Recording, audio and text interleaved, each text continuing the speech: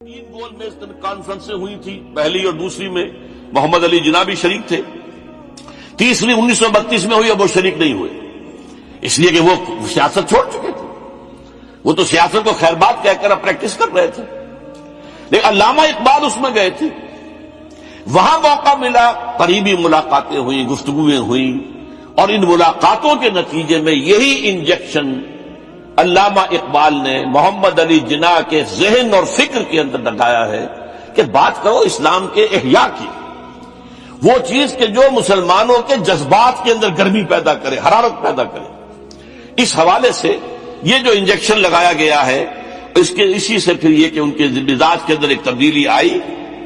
کچھ اور لوگوں نے بھی انہیں کہا ہوا تھا، لیکن یہ کہ خاص طور پر یہ بات اقبال کی تھی جس کی اپنی ایک حیثیت تھی۔ بہرحال 1934 میں ایم اے جناح واپس آ گئے، پھر انہیں مسلم لیگ کا تا حیات صدر بنا دیا گیا، پھر انہوں نے مسلم لیگ کو سنبھالا ذرا، لیکن 1936 کے الیکشن جو آئے یہاں پر، اس میں کانگریس پوری اوور ویلمنگ میجورٹی سے جیت گئی۔ ابھی محمد علی جناح کو موقع ملا ہی نہیں تھا کہ ابھی مسلم لیگ کو سنبھال سکتے، اور ان جو وزارتیں بنی تھیں اس دور میں کانگریس کی، انہوں نے جو سلوک مسلمانوں کے ساتھ کیا، جو مظالم ڈھائے، جو انہیں دبایا اور ان کے حقوق کو پامال کیا، اس سے وہ نیگیٹو جو ایک موٹیو تھا وہ بھی اور قوی ہو گیا۔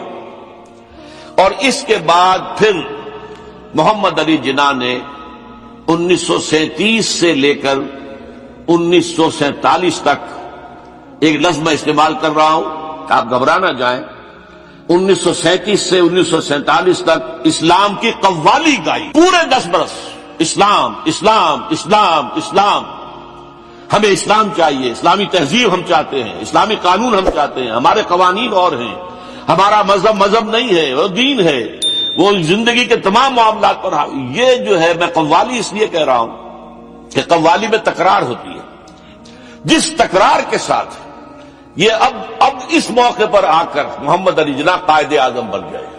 مسلمانوں کے دلوں کی بات، اقبال نے جو ولولہ پیدا کر دیا تھا، ایک ولولہ تازہ دیا میں نے دلوں کو، لاہور سے تا خاک بخارا اور سمرقند، وہ جو ولولہ تھا، جو غلغلہ تھا، اب محمد علی جناح کی زبان سے جب وہ بات آئی ہے تو یہ مسلمانوں کے دل کی آواز تھی، ان کی روح کی پکار تھی۔ لہذا اب مسلم لیگ ایک عوامی جماعت بنی اور محمد علی جناح اب قائد اعظم قرار پائے۔ بہرحال یہ وہ معاملہ تھا کہ جب قائد اعظم نے اسلام کا جو ہے راگ الاپا ہے یا قوالی گائی ہے، تو اب اس کے نتیجے میں جیسے قوالی میں ہوتا ہے، قوم کو حال آ گیا۔ آپ ذرا سوچئے، مسلم لیگ کو مائنورٹی پروونسز کے لوگوں نے کیوں ووٹ دیے تھے؟ کیا یو پی کبھی پاکستان میں آ سکتا تھا؟ کیا مدراس کبھی پاکستان میں آ سکتا تھا؟ کیا بامبے پاکستان میں آ سکتا تھا؟ کیا سی پی پاکستان میں آ سکتا تھا؟ پھر ذرا سوچئے، عقل کے خلاف بات نظر آتی ہے۔ یہ حال میں آنے والے کا معاملہ ہے، جہاں جذبات کی جو ہے وہ حکمرانی ہو جاتی ہے، عقل ایک طرف رہ جاتی ہے، ورنہ کیا بات ہے؟ ان کے تو اسلام پاکستان کے سب کو تعلق نہیں ہو سکتا تھا، پھر مسلم لیگ کو ووٹ دے رہے، پاکستان کے لیے ووٹ دے رہے۔ پاکستان کا ریزولوشن 47 میں ہو چکا ہے، اور 46 کے الیکشن میں مسلم لیگ کامیاب ہوتی ہے پورے ہندوستان میں، the majority provinces as well as the minority provinces, جس میں کہ مسلم لیگ کو جو ہے پورے ہندوستان کے مسلمانوں کی واحد نمائندہ جماعت ہونے کی جو ہے ایک حیثیت حاصل ہو جاتی ہے۔ ایک جلسہ ہوا لاہور میں اسلامیہ کالج میں حبیبیہ ہال میں مسلمان خواتین کا، وہاں جو قائد اعظم نے الفاظ کہے ہیں، یہ پھر میں کہہ رہا ہوں ذرا نوٹ کیجئے، یہ کسی خطیب اور کسی شعلہ بیان مقرر کے الفاظ نہیں ہیں، یہ قائد اعظم کے الفاظ ہیں۔ If we do not succeed in our struggle for Pakistan، 46 کی بات ہو رہی ہے، 50 سال پہلے کی، ذرا نوٹ کر دیجئے۔ If we do not succeed in our struggle for Pakistan، the very trace of Muslims and Islam will be obliterated from the face of India۔ اگر پاکستان قائم نہ ہوا تو اسلام کا اور مسلمانوں کا نام و نشان ہندوستان سے ختم ہو جائے، اور یہ بات انہونی نہیں تھی۔ یہ بالکل یوں سمجھیے کہ ایکشن ریپلے ہوتا ہسپانیہ کا، وہاں بھی 800 برس حکومت کی تھی. پھر وہ وقت آیا ہے 15ویں صدی کے آخر میں اور 16ویں صدی کے شروع میں، ایک بچہ تک باقی نہیں رہا.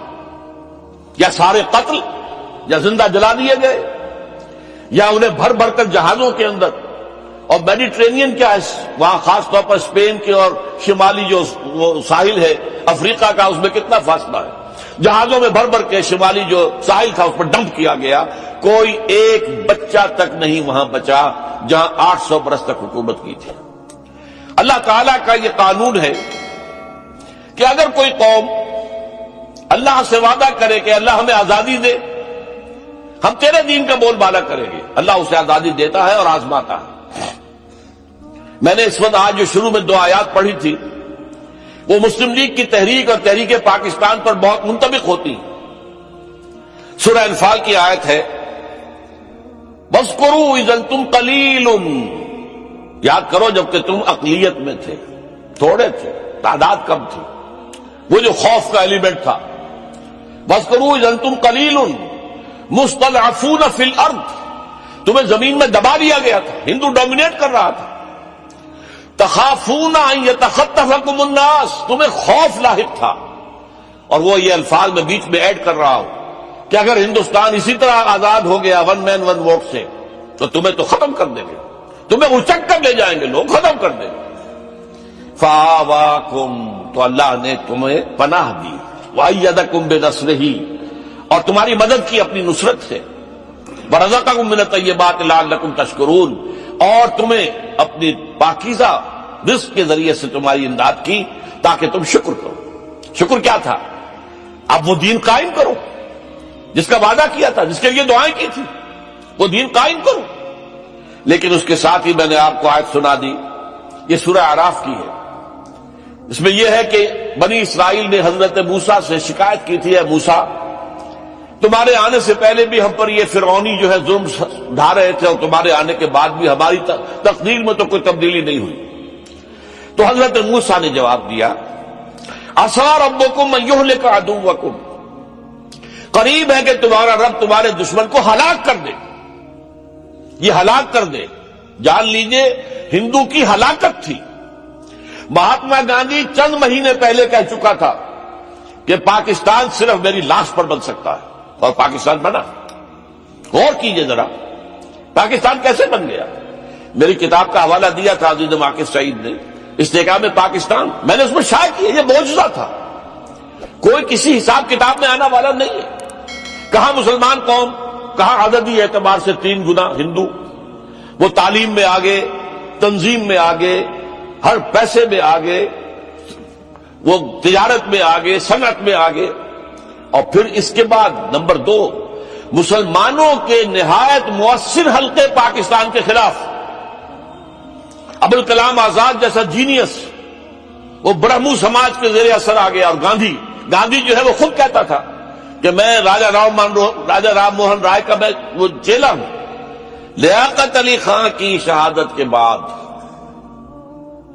جو کہتے ہیں کہ اس کے بعد چراغوں میں روشنی نہ رہی،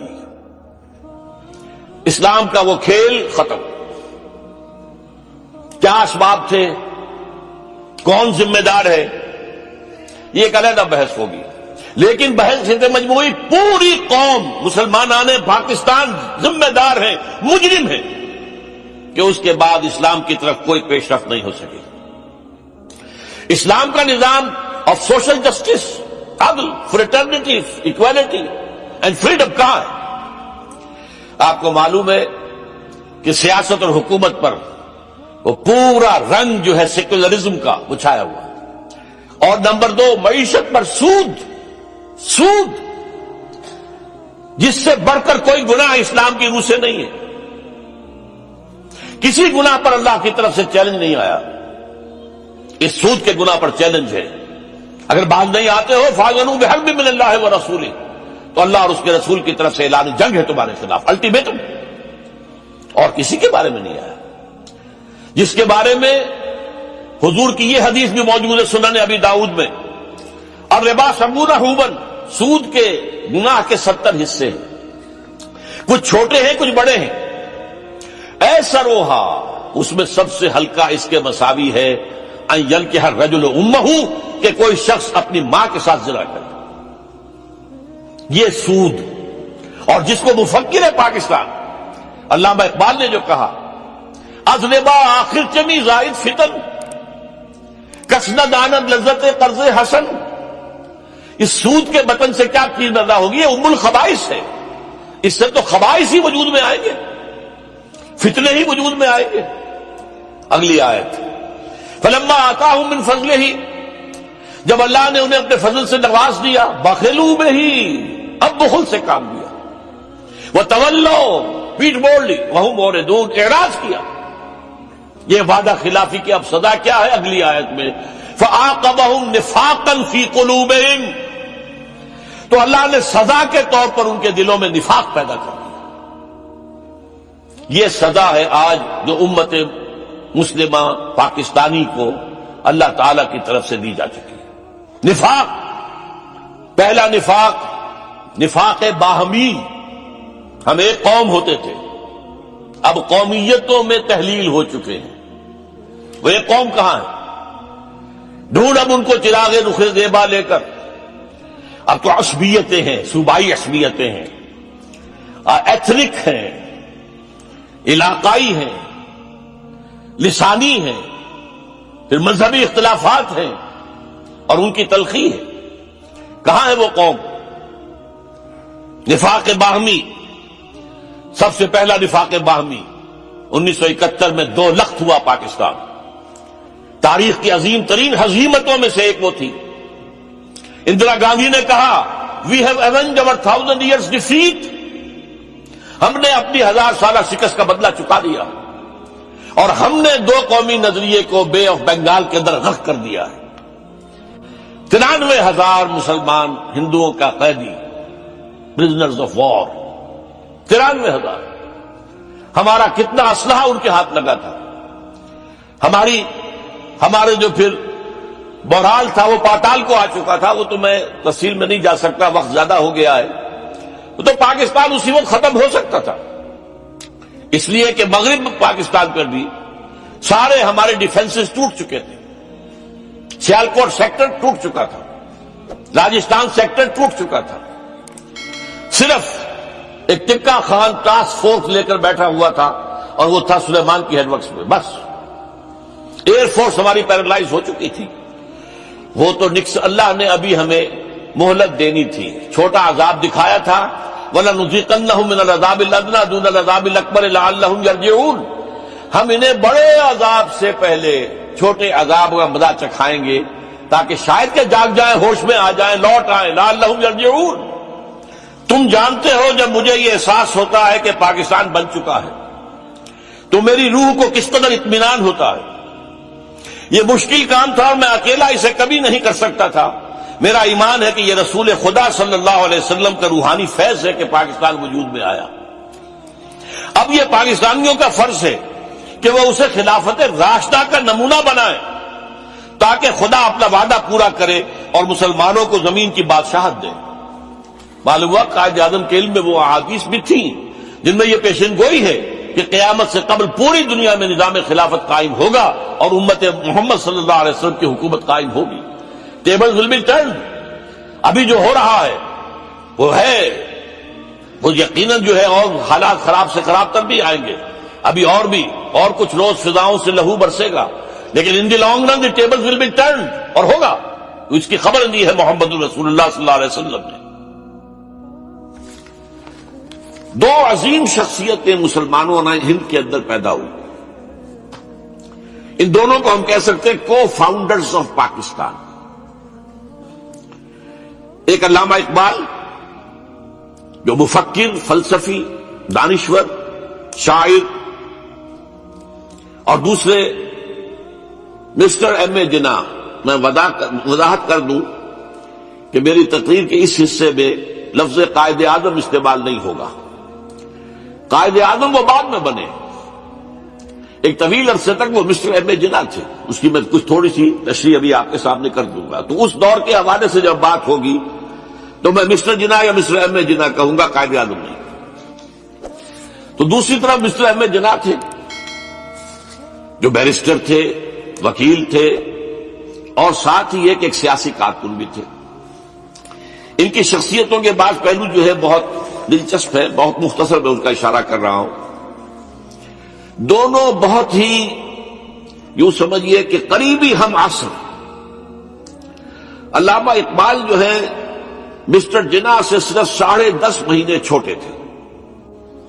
جناح صاحب کی پیدائش ہو رہی ہے 25 دسمبر 1876 کو اور علامہ اقبال کی 9 نومبر 1877 کو 10.5 مہینے کا فرق ہے۔ مقام جو ہے پیدائش کا اقبال کا تو طے ہے سیالکوٹ، اس میں کوئی اختلاف نہیں۔ جناح صاحب کے مقام پیدائش کے بارے میں اگرچہ عام طور پر کہا جاتا ہے کراچی، لیکن حیدرآباد سندھ میں یونیورسٹی کے ساتھ ملحق ہے انسٹیٹیوٹ آف سندھولوجی۔ وہاں کے محققین کا فیصلہ ہے اور تحقیق کے بعد کہ وہ جھرک ایک مقام ہے ٹھٹھا کے قریب، وہاں پیدائش ہوئی تھی۔ بہرحال اس مسئلے کو چھوڑ دیجئے، کوئی دلچسپی اس کی کوئی اہمیت نہیں ہے۔ ایک البتہ بات ذرا دلچسپی کی بھی ہے۔ علامہ اقبال کے بارے میں معلوم ہے ان کا پس منظر خاندانی جو تھا وہ کشمیری پنڈت، کوئی اختلاف نہیں۔ ایم اے جناح کے پس منظر کے بارے میں اختلاف عام طور پر مشہور ہے کہ وہ اسماعیلی کھوجے تھے، لیکن مجھے ایک عجیب اقتباس ملا ہے۔ یہ 1964 میں آپ بیتی نمبر شائع کیا تھا ماہنامہ نقوش نے 1200 صفحے کا۔ اس میں تمام مشاہیر کی زندگی کے حالات ان کے اپنے تحریر سے یا اپنے قول کے حوالے سے بڑی خوبصورتی سے جمع کیے گئے۔ اس میں مسٹر جناح کا قول یہ ہے کہ میں اصل میں منٹگومری کے علاقے کے راجپوت ایک خاندان کی نسل سے ہوں۔ اس میں ان کا قول سنا دیتا ہوں، میرے پاس اس کی یہ فوٹو سٹیٹ موجود ہے۔ میں پنجابی راجپوت ہوں، کئی پشتیں گزری، میرے ایک جد کاٹھیا واڑ چلے گئے تھے، وہاں انہوں نے ایک خواجہ لڑکی سے شادی کر لی تھی اور انہی کے خاندان میں مل گئے تھے۔ اس وقت سے ہم لوگ کھوجوں میں شمار ہونے لگے۔ میرے وہ جد جو کاٹھیا واڑ چلے گئے تھے ضلع منٹگومری کے رہنے والے تھے۔ اب اس کا حوالہ کیا ہے؟ یہ بات قائد اعظم کے منہ سے اس وقت نکلی جب نواب صاحب باغپت نے کہا کہ آپ کا خاندان تو تجارت پیشہ ہے، پھر آپ میں یہ گھن گرج کہاں سے آئی؟ تو اس کے جواب میں قائد اعظم نے فرمایا کہ میں اصل میں اسماعیلی کھوجا نہیں ہوں، بلکہ میری رگوں میں جو خون ہے وہ راجپوت کا ہے۔ اور اس کے راوی ہے صغیر احمد عباسی، پرائیویٹ سیکریٹری نواب صاحب چھتاری۔ بہرحال یہ ایک دلچسپی کی بات تھی اور کوئی اہمیت اس کی خاص نہیں ہے۔ البتہ ایک اور بات جس کی اہمیت ہے، علامہ اقبال کے خاندانی اثرات میں مذہبی روح، مذہبی جذبہ جو ہے وہ بڑا گہرا تھا۔ ان کے والد شیخ نور محمد صوفی مزاج بزرگ تھے، نماز روزے کی پابندی والی معاملہ تو تھا ہی 100%، لیکن ان کا مزاج صوفیانہ تھا۔ والدہ بہت نیک۔ پھر ان کی ابتدائی تعلیم جو ہے جس ماحول میں ہوئی ہے، علامہ میر کاشمیری بہت بڑے عالم، بہت بڑے جو ہے مدرس، ان کا فیض حاصل ہوا ہے۔ تو یہ اقبال کی تربیت کے اندر، ابتدائی تربیت کے اندر مذہب کا حصہ کافی تھا۔ ایسی کوئی چیز محمد علی جناح کے معاملے میں ہمارے علم میں نہیں ہے۔ جناح پونجا ان کے والد تھے اور ایک عام درجے کے کاروباری تھے، چمڑے کا کاروبار کرتے تھے، لیکن اس میں شک نہیں کہ ذہانت، فطانت، محنت، مشقت میں محمد علی جناح بہت آگے تھا، بہت آگے تھا۔ اس نے 16 سال کی عمر میں میٹرک تو کیا، لیکن پھر ذرا غور کیجئے 20 سال کی عمر میں انگلستان سے بیرسٹری کر کے واپس آ گیا۔ 20 سال کی عمر اور آتے ہی پریکٹس شروع کی کراچی میں۔ کراچی میں پریکٹس نہیں چل سکی، جمی نہیں، تو پھر چلے گئے بمبئی، اور بمبئی میں ان کی پریکٹس جو ہے وہ جم گئی۔ اب یہاں سے معاملہ جو آگے کا ہے وہ بہت اہم ہے۔ محمد علی جناح کا مزاج بنیادی طور پر سیکولر اور نیشنلسٹ تھا۔ چنانچہ 1906 میں جب مسلم لیگ قائم ہوئی ہے، وہ مسلم لیگ میں شامل نہیں ہوئے، ان کا کہنا یہ تھا کہ اس کا نصب العین بلند نہیں ہے، اس کا مقصد اعلیٰ نہیں ہے۔ یہ کیا؟ یہ صرف اپنی جداگانہ نمائندگی کے حصول پر اور انگریز کو اپنی وفاداری کا یقین دلانا، یہ کوئی اونچا نصب العین تو نہیں ہے۔ اس کے بجائے وہ کانگریس میں تھے، اور دادا بھائی نورو جی جو صدر تھا کانگریس کا، اس کے سیکریٹری تھے۔ اس کے بعد بھی 7 برس تک وہ مسلم لیگ میں شامل نہیں ہوئے۔ 1913 میں جب مسلم لیگ نے بھی خود اختیاری کے حصول کو اپنا نصب العین بنا دیا، تب مسلم لیگ میں شامل ہوئے، اور وہ بھی مولانا محمد علی جوہر کے بہت اصرار پر۔ اس کے بعد بھی 1920 تک انہوں نے ڈوئل ممبرشپ برقرار رکھی، کانگریس کے بھی مسلم لیگ کے بھی، اور اس پورے عرصے میں ان کا سارا رول یہ تھا کسی طرح ہندوؤں اور مسلمانوں کے درمیان مصالحت ہو جائے، کسی طرح کوئی فارمولہ طے ہو جائے جو ایگریڈ اپون ہو، جس سے مسلمانوں کی تشویش بھی ختم ہو، انہیں بھی کچھ اطمینان ملے کہ ہمارا مستقبل جو ہے وہ بہت خطرے میں نہیں ہے، ہمیں کوئی اطمینان حاصل ہو جائے۔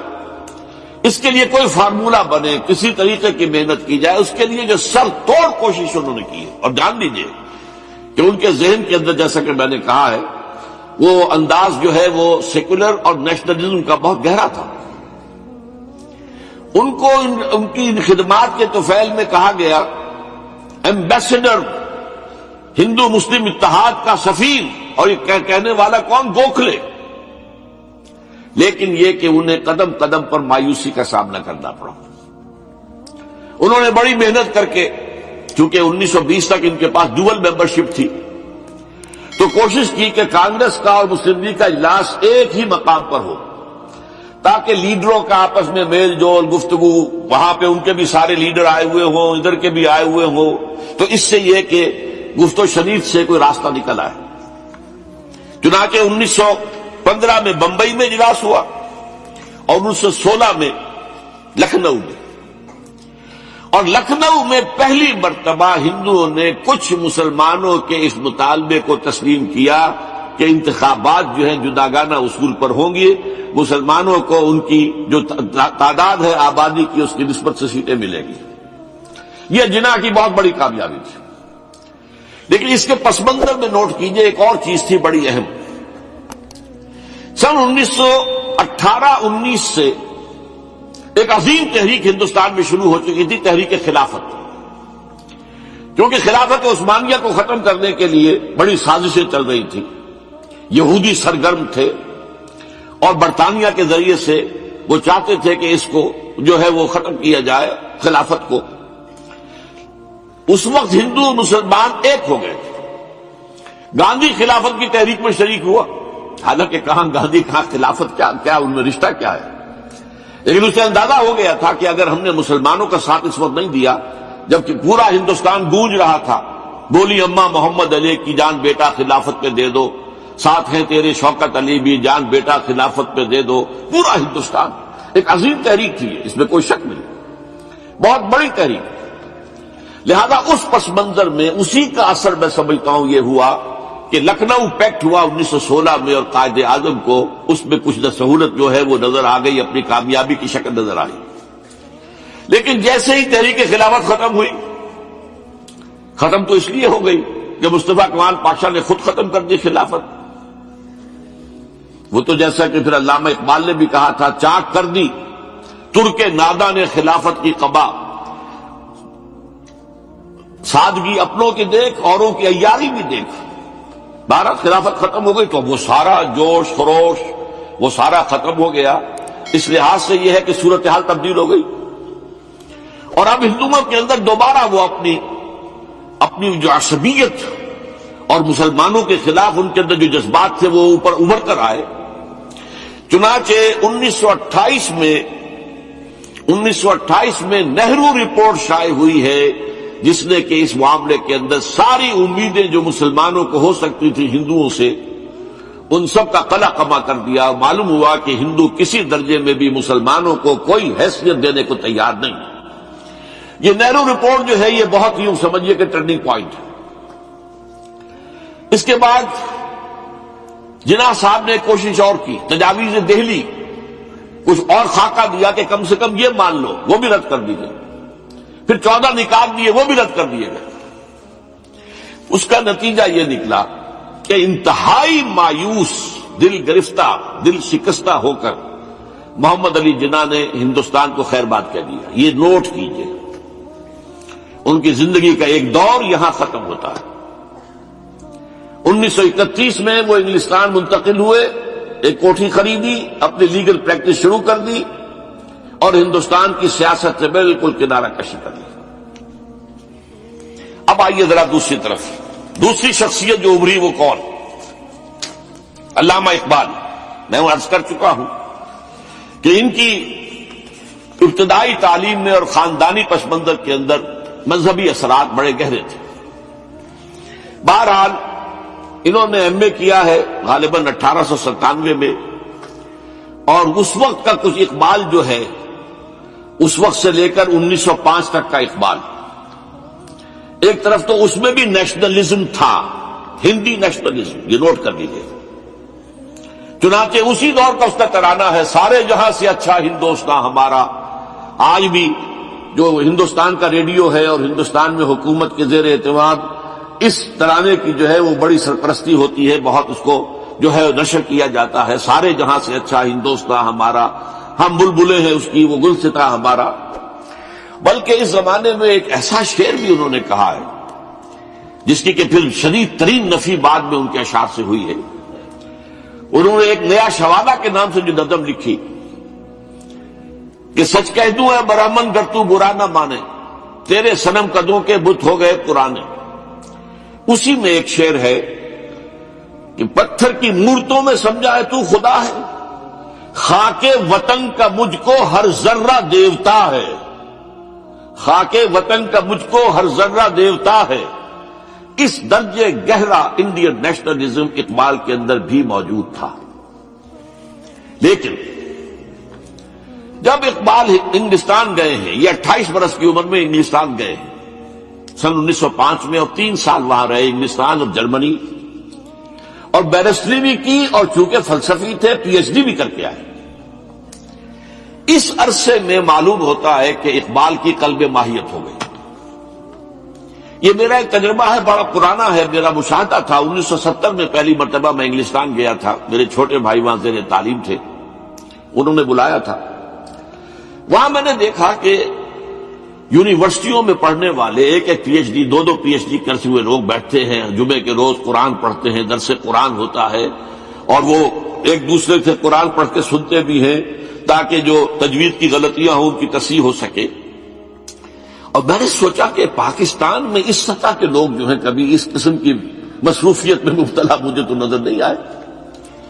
تو اس کا مجھے ایک اصل میں تجزیہ میرا یہ تھا کہ جن لوگوں کی بنیادی تربیت میں اور خاندانی اثرات میں مذہب کا ایلیمنٹ موجود ہوتا ہے، چاہے وہ ہندوستان میں رہتے ہوئے وہ زیادہ ظاہر نہ ہو، نمایاں نہ ہو، اس کے آثار سامنے نہ آئے، لیکن جب وہ ایک مخالف ماحول میں پہنچتے ہیں، اس مخالف ماحول میں ان کے اندر کا وہ چنگاری ان کی جو ہے وہ شعلہ بن کر بھڑکتی ہے۔ چنانچہ یہ معاملہ میں نے پھر بعد میں امریکہ میں بھی دیکھا، ہر جگہ دیکھا ہے کہ وہاں 2 نتیجے ہوتے ہیں، یا تو یہ کہ ایک آدمی ڈاؤن دی ڈرین گیا تو وہاں کی تہذیب میں رگا گیا شراب اور یہ اور وہ اور رقص اور سب یہ ساری چیزیں آ گئی، اور یا پھر جو بچ گیا جس کے اندر دین کا کوئی حمیت کا شائبہ تھا، وہ پھر بھڑکتا ہے، پھر وہ ایکٹیوسٹ ہوتے ہیں، وہ کام کرتے ہیں۔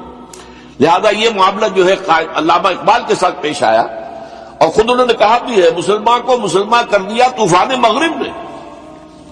وہاں سے جب یہ واپس آئے ہیں تو اب نوٹ کیجئے 1908 سے 1930 تک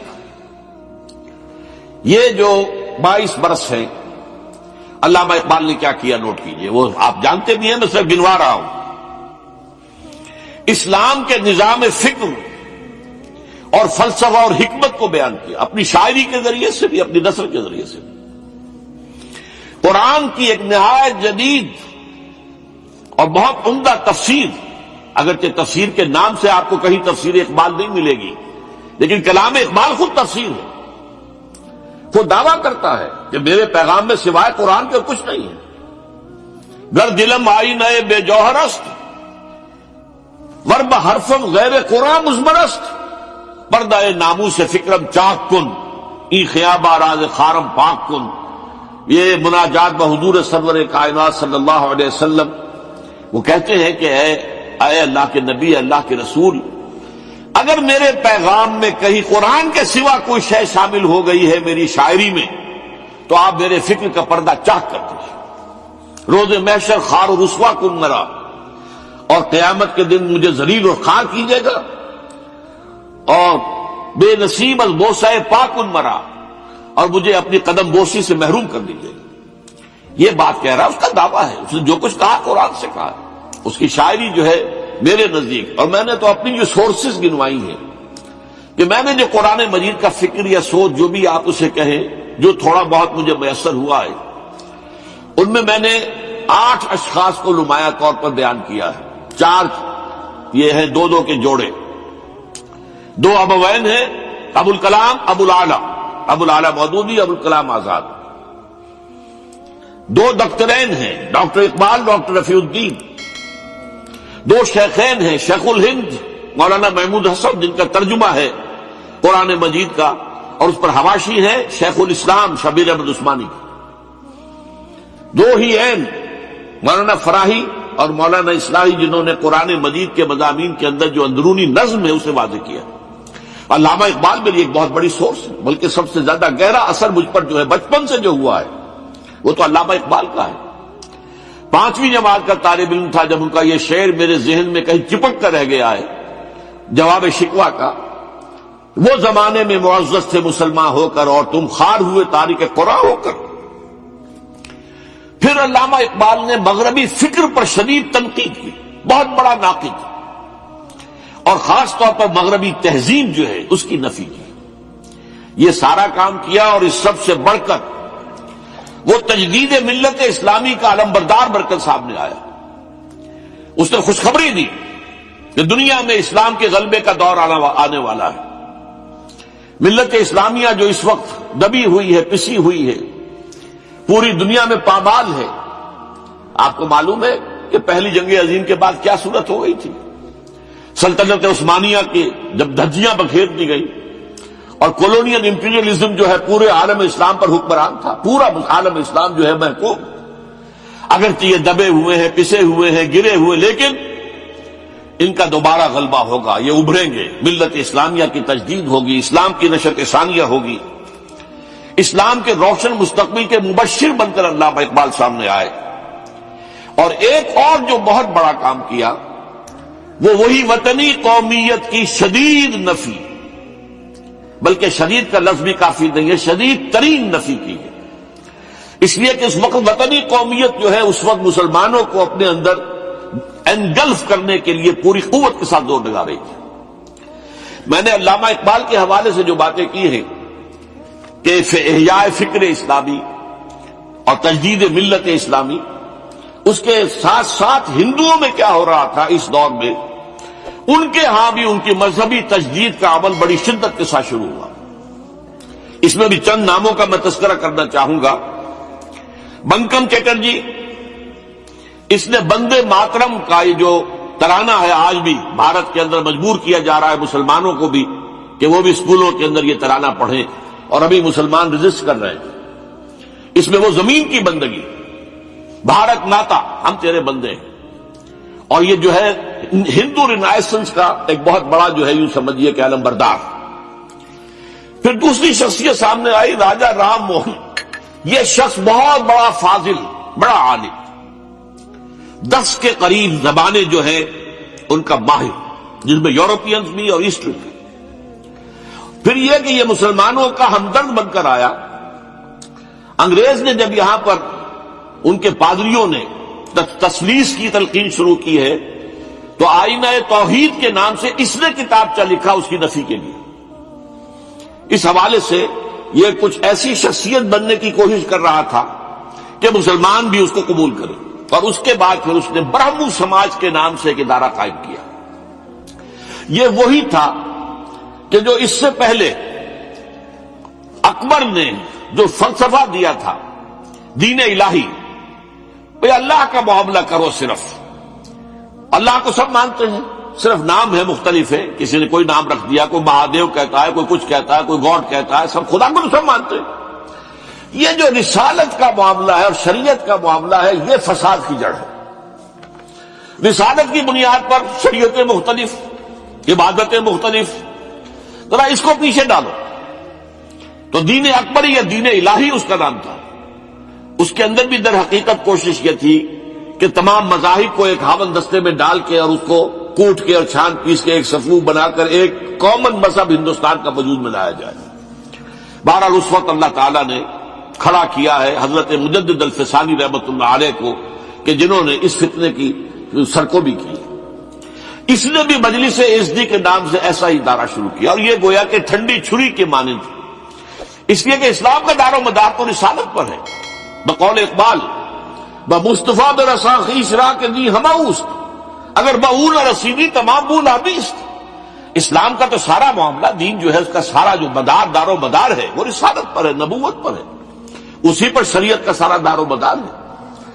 رسالت سے کاٹ دیجئے، حدیث سے کاٹ دیجئے، سنت سے کاٹ دیجئے، تو پھر قرآن کو پھر موم کی ناک بنا کر جو چاہیں آپ تعبیر کر لیں، جو چاہیں تشریح کر لیں، جدھر چاہیں اسے موم کی ناک کی طرح بوڑ کر لے جائیں۔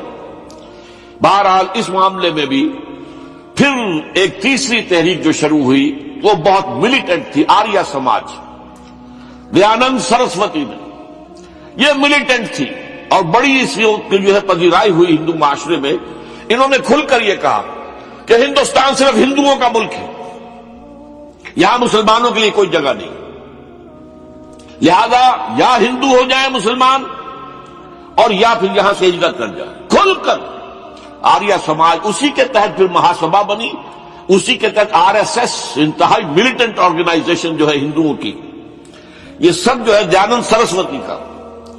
یہ اسی طریقے سے پھر شدھی کی تحریک شروع ہو چکی تھی، ریکلیم کرو مسلمانوں کو، یہ ہم ہی میں سے تھے، ان کے آباء و اجداد کہیں جو ہے مسلمان ہو گئے، انہیں واپس لو۔ چنانچہ راجستھان کے علاقے میں جہاں بڑی جہالت تھی، مسلمانوں میں علم نہیں تھا، بس کہیں بزرگوں کے کسی زیر اثر فیض سے کسی صوفی کے وہ اسلام تو لے آئے لیکن تربیت کا کوئی انتظام ہوا ہی نہیں، مسلمان حکومتوں نے کیا ہی نہیں، کچھ بھی نہیں کیا۔ تو نتیجہ یہ نکلا کہ بڑے پیمانے پر شدھی کی تحریک ہو رہی تھی۔ میوات کے علاقے میں بڑی تیزی کے ساتھ مسلمان جو میو تھے وہ ہندو ہو رہے تھے، اسی پر تحریک اٹھائی ہے مولانا الیاس رحمت اللہ علیہ نے۔ ان کا مقابلہ کرنے کے لیے، اس تحریک کا، اس شدھی کی تحریک کا مقابلہ کرنے کے لیے یہ تبلیغی جماعت کا نظام بنایا تھا کہ بس 6 باتیں لو اور جاؤ، دیہات میں جاؤ، چنے لے کر گڑ لے کر جاؤ، کسی کا کھانا نہ کھاؤ، اپنا کھانا کھاؤ، کوئی تنخواہ نہیں، اور دین کی تبلیغ کرو۔ یہ نظام ان کا در حقیقت اسی شدھی کی تحریک کے جواب میں شروع ہوا۔ پھر سنگتن کی تحریک شروع ہوئی کہ ہندوؤں کو سب کو جمع کر دیا جائے۔ اب اس اعتبار سے ذرا نوٹ کیجئے، علامہ اقبال نے جو نفی پھر وطنیت کی ہے، اتفاق سے یہاں یہ اشعار لکھے ہوئے ہیں، اس دور میں میں اور ہے، جام اور ہے، جم اور، ساقی نے بنا کی روش لطف و ستم اور، تہذیب کے آزر نے ترشوائے صنم اور، مسلم نے بھی تعمیر کیا اپنا حرم اور، ان تازہ خداؤں میں بڑا سب سے وطن ہے، جو پیرہن اس کا ہے وہ مذہب کا کفن۔ اب ذرا قلب ماہیت کا اندازہ کیجئے، وہی شخص جو کہہ رہا تھا کہ خاک وطن کا مجھ کو ہر ذرہ دیوتا ہے، وہ آج اس وطن کو ایک سب سے بڑا بت قرار دے کر اور اس کا قلع کما کرنے کے لیے کس قدر زوردار الفاظ جو ہے، اور یہی دوسری طرف یہ بت کہ تراشیدہ تہذیب نوی ہے۔ یہ جو نیشن سٹیٹ کا تصور ہے، یہ 18ویں صدی سے یورپ میں شروع ہوا۔ نیشن سٹیٹ، ایک ملک میں رہنے والے سب شہری ہیں، برابر ہیں، اور ان کے اندر مذہب کا اختلاف ہو، یہ اس کا کوئی حیثیت نہیں، مذہب تو پرائیویٹ معاملہ ہے، ہاں جو سرکاری سطح پر ہوگا معاملہ، اجتماعی معاملات جو ہے وہ کسی مذہب سے طے نہیں ہوں گے۔ یہ نیشن سٹیٹ کا تصور، یہ بت کہ تراشیدہ تہذیب نوی ہے، غارت گرے کاشانہ دین نبوی ہے، بازو تیرا توحید کی قوت سے قوی ہے، اسلام تیرا دیس ہے تو مصطفی ہے، نہ زارہ دیری نہ زمانے کو دکھا دے، اے مصطفی خاک میں اس بت کو ملا۔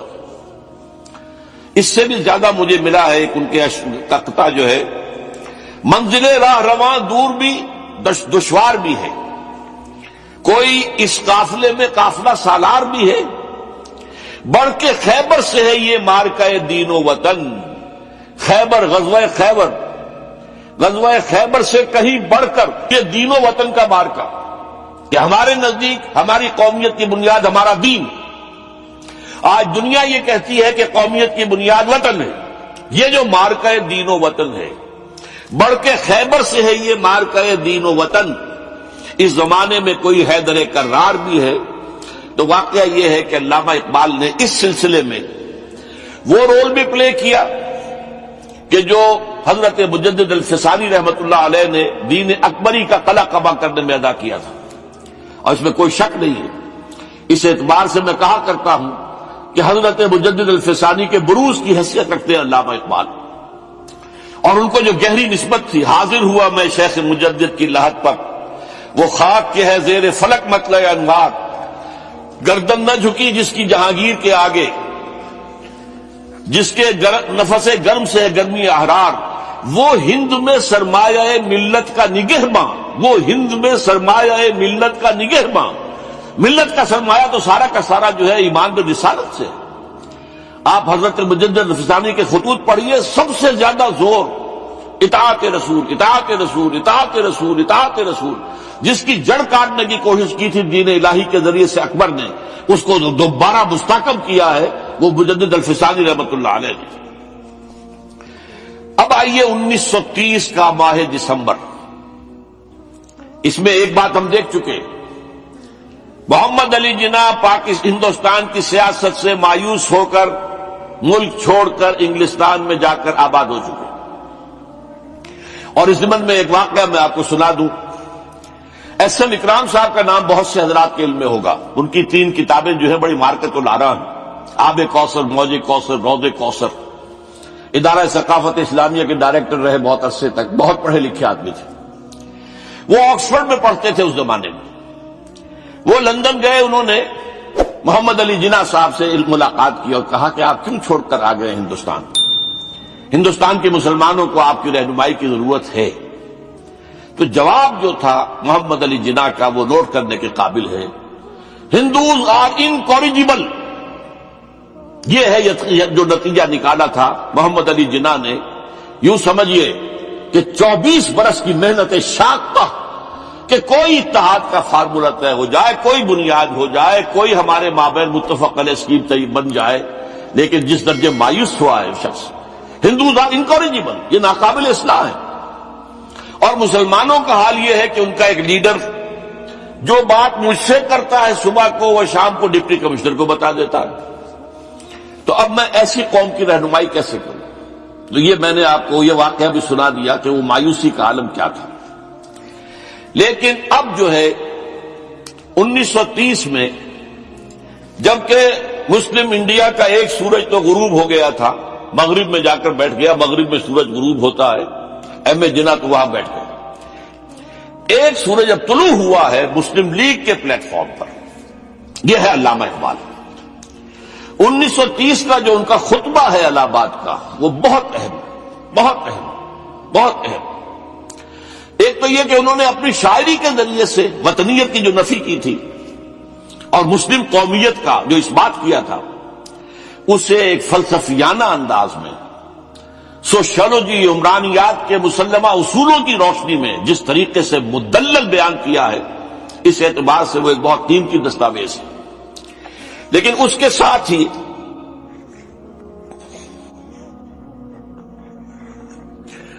انہوں نے ایک تجویز پیش کی، اور یوں بھی کہیے کہ ایک پیشن گوئی کی۔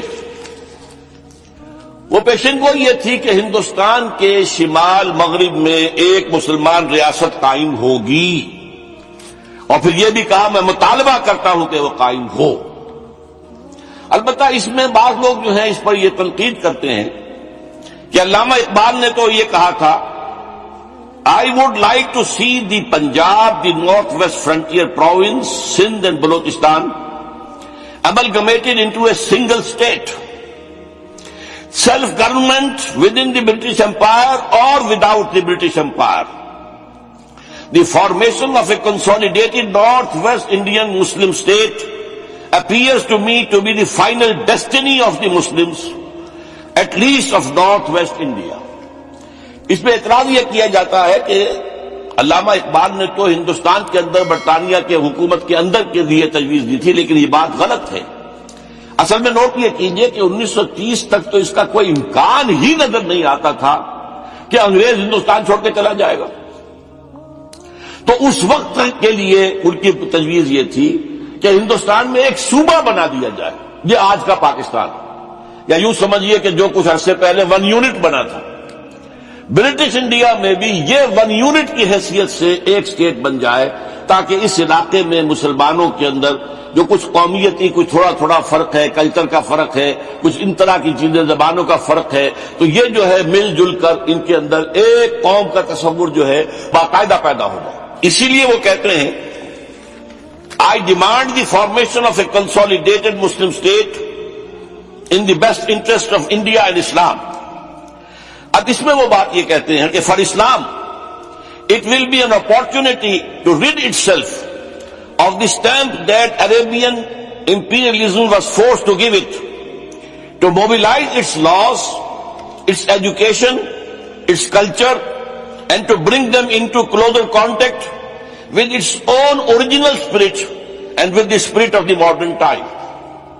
وہ کہتے ہیں کہ اگر ایسا ہو گیا، ایک تو یہ کہ ڈیسٹنی ہے، ہوگا رہے گا، شمال مغربی ہند کے اندر ایک مسلمان ریاست قائم ہو کر رہے گی۔ اب یہ پروفیسی بھی تھی، پیشن گوئی، اور یہ بھی کہ میں مطالبہ کرتا ہوں، ایک تجویز بھی تھی، لیکن اس کا جو اصل عنصر ہے، جو میرے نزدیک جو انقلابی حصہ ہے، جہاں تک ہندوستان کی جو تقسیم کا معاملہ ہے، یہ اور بھی بہت سے لوگوں کی طرف سے یہ باتیں آتی رہی تھی۔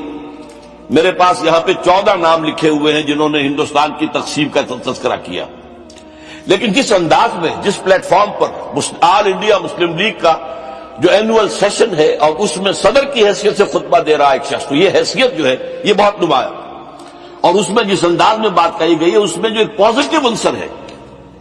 اگر ایسا ہو گیا، ایک نارتھ ویسٹ آف انڈیا میں مسلمان ریاست قائم ہو گئی، تو ہمیں ایک موقع مل جائے گا کہ عرب امپیریلزم، اب نوٹ کیجئے عرب امپیریلزم سے مراد کیا ہے؟ عربوں کا دور ملوکیت۔ اس سے پہلا کیا تھا؟ خلافت راشدہ، اصل اسلام۔ دور بنو امیہ تو اصل اسلام نہیں تھا، حکومتی سطح پر تو بالکل اسلام نہیں تھا۔ وہی دور ہے جس میں کہ سانحہ کربلا ہوا ہے، واقعہ ہرہ ہوا ہے، ظلم کی انتہا ہوئی ہے، سینکڑوں تابعین کو حجاج ابن یوسف نے شہید کیا ہے۔ اس کو حدیث کے اندر بھی کہا گیا ہے ملکن عاضن، کاٹ کھانے والی ملوکیت۔ اس کے بعد جو ہے دور آیا ہے بنو عباس کا، وہ محل بنے ہیں شاندار، جو ہے جو بھی بادشاہوں کے ہاں ہوتا تھا وہ سارا کا سارا معاملہ آیا ہے۔ تو اب دنیا اسلام کو ان کے آئینے میں دیکھتی ہے، وہ سمجھتی ہے یہ اسلام ہے، لہذا اس میں تو کوئی شے ایسی نہیں ہے جو اٹریکٹ کر سکے، جو کسی قوم کو اسلام کی طرف جو ہے وہ کھینچ سکے۔ تو یہ جو امپریشن ہے جو کہ اس دور ملوک کے عرب امپیریلزم کا لفظ استعمال کیا ہے، اسلام کے چہرے پر جو بدنما داغ اور دھبے آ گئے ہیں، انہیں ہٹا کر وہ جو اس کی اوریجنل پیورٹی ہے، اور ظاہر بات ہے کہ دور ملوکیت سے پہلے خلافت راشدہ، تو گویا کہ اس میں اگرچہ نام خلافت راشدہ کا نہیں لیا گیا ہے، لیکن یہ ہے کہ بات مراد وہی ہے، لیکن اور اس میں بھی جو بڑی حکیمانہ بات ہے کہ ہم اس کو bring them into closer contact with its own original spirit, جو اصل اسلام کی اصل روح ہے، and with the spirit of the modern times, اس زمانے کے جو تقاضے ہیں ان کے مطابق اجتہاد کے دروازے کو کھول کر، اور ہم ایک ایسا نظام جو ہے وہ یہاں پر قائم کریں۔ یہ ہے وہ چیز کہ جس نے تحریک مسلم لیگ کے اندر ایک مثبت جذبہ، یہ نوٹ کر لیجئے میرے الفاظ، 1906 سے لے کر 1930 تک تحریک مسلم لیگ صرف ایک منفی موٹیو پر چل رہی تھی، منفی، نیگیٹو، خوف، ہندو کا خوف، ہندو دبا لے گا، ہندو ایکسپلائٹ کرے گا، ہندو معاشی طور پر بھی، تہذیبی طور پر بھی، ثقافتی طور پر بھی، مذہبی طور پر بھی شدی کی تحریک چل رہی ہے، ہمیں راستہ دکھایا جا رہا ہے، ہندوستان چھوڑ دو اور بھاگ جاؤ، چلے جاؤ۔ یہ سارا خوف کا عنصر تھا، اور اس میں تحفظات تلاش کرنے، کوئی ایسی یقین دہانیاں کہ وہ مسلمانوں کے حالات بہتر ہو جائیں، اس کے علاوہ کوئی اور موٹو نہیں تھا، یہ منفی موٹو تھا۔ اور اس کی وجہ ساتھ ہی یہ ہے کہ مسلم لیگ اس وقت تک کوئی عوامی جماعت تھی ہی نہیں، بلکہ کچھ خواص اونچے لوگ، نوابوں اور نوابزادوں اور ان ایسے لوگوں کی جو ہے یہ ایک جماعت تھی۔ لیکن 37 میں جو یہ انجیکشن لگا ہے یہ پازیٹو ہے۔ اس کی مثال میں دیا کرتا ہوں کہ کوئی مریض پڑا ہوا اپنے بیڈ پر اور گلوکوز کی بوتل لگی ہوئی ہے اور ایک ٹیوب چل رہی ہے، تو اس کے اندر ہی کوئی اب انجیکشن لگانا ہے تو اس ٹیوب میں لگا دیتے ہیں، ایسا نہ ہو کہ کوئی اور پرک دینی پڑے مریض کو اور اسے تکلیف ہو۔ تو گویا کہ مسلم لیگ کا جو بھی وہ ایک نظام تھا اس میں ایک انجیکشن لگایا ہے علامہ اقبال نے 1930 کے خطبے میں۔ اگلی بات، اس کے بعد یہی انجیکشن علامہ اقبال نے لندن میں مسٹر محمد علی جناح کے ذہن و فکر میں لگایا ہے۔ اس کا واقعہ کیا ہے؟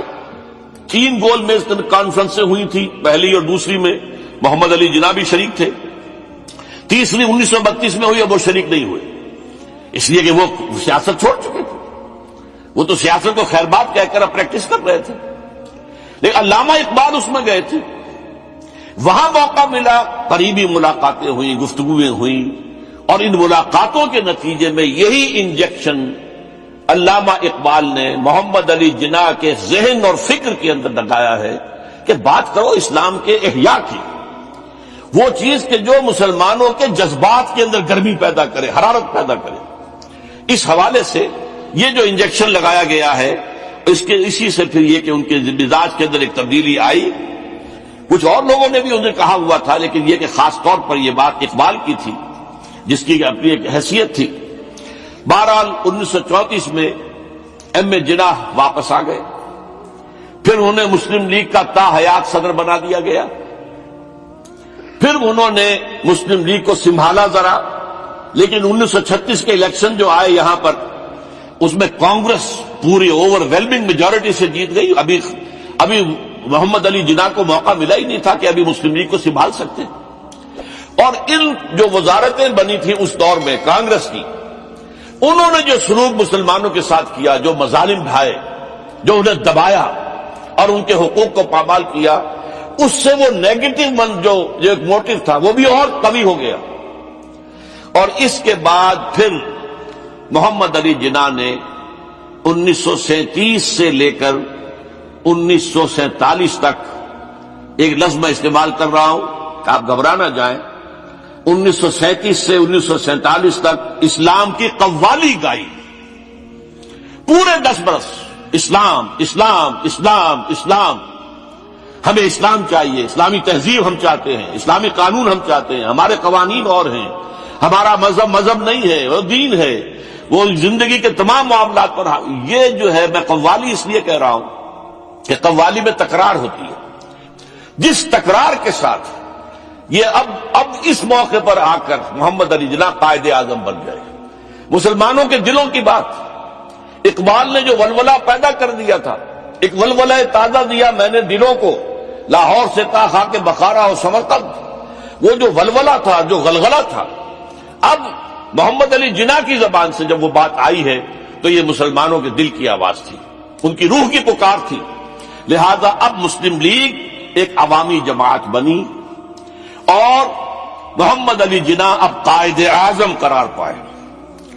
اب اس معاملے میں چاہتا ہوں ذرا، کیونکہ یہ بات نئی سی ہوگی، میرے اس تجزیے کے روح سے نظریہ پاکستان اسلام اور اسلام کا احیاء خلافت راشدہ کے مفہوم میں، اور اس کا خالق اقبال ہے، اس میں کوئی شک نہیں، قائد اعظم تک بھی یہ بات پہنچانے والا اقبال ہے، اور پھر اسی پر قائد اعظم نے عمل کیا ہے۔ تو اس چیز کو بہت سے لوگ جو ہیں آسانی کے ساتھ تسلیم نہیں کریں گے، لیکن میں یہ چاہتا ہوں کہ خود قائد اعظم نے علامہ اقبال کے بارے میں جو کچھ کہا ہے اس کی 2 کوٹیشنز آپ کے سامنے رکھ دوں۔ کلکتہ 21 اپریل 1938 کو علامہ اقبال کا انتقال ہوا۔ اس وقت کلکتے میں ایک بہت بڑا جلسہ ہو رہا تھا فلسطین کے مسئلے پر غور کرنے کے لیے، قائد اعظم اس کے چیف مقرر تھے۔ اب یہ خبر پڑھیے، a mammoth public meeting of the Muslims of Calcutta was held on the football ground on 21st April to consider the Palestine problem. But it was converted into a condolence meeting to mourn the death of Allama Iqbal. Mr. Ahmed Jinnah said that the sorrowful news of the death of Dr. Sir Muhammad Iqbal had plunged the world of Islam in gloom and mourning. Sir Muhammad Iqbal was undoubtedly one of the greatest poets, philosophers, and seers of humanity of all times. Note kijiye. One of the greatest poets, philosophers, and seers,